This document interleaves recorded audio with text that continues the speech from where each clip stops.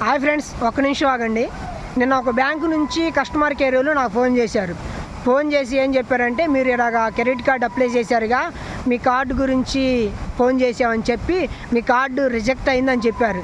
నేను అప్పుడు అడిగాను, ఎందుకు రిజెక్ట్ అయింది, కార్డు ఎవరికి ఇస్తారు మీరు ఏందని అడిగితే వాళ్ళు చెప్పారు, సివిల్ బాగా ఉండాలి, మంచిగా పెద్ద జాబ్ చేయాలి, మంత్లీ 50,000 కన్నా పైన సంపాదించాలి, అసమంటోళ్ళకి కార్డు ఇస్తారంట.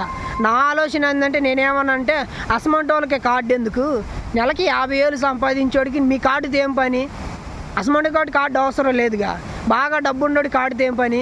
కార్డు ఎవరికంటే ప్రతి నెల డబ్బు అవసరం అయ్యేడికి కార్డు. మీరు ఎలాంటి రూల్స్ చెప్పబట్టే అన్ని ఫేక్ డాక్యుమెంట్లు పెట్టి ఫేకుల మీద లోన్లు తీసుకొని కార్డులు తీసుకొని మీ కంపెనీలకి మీ యొక్క బ్యాంకులకి బొక్కేసే వాళ్ళు ఉన్నారు. కాబట్టి మీరు కొద్దిగా రూల్స్ మార్చండి, ఓకేనా? ఈ వీడియో నచ్చితే లైక్ చేయండి. Thank you, bye.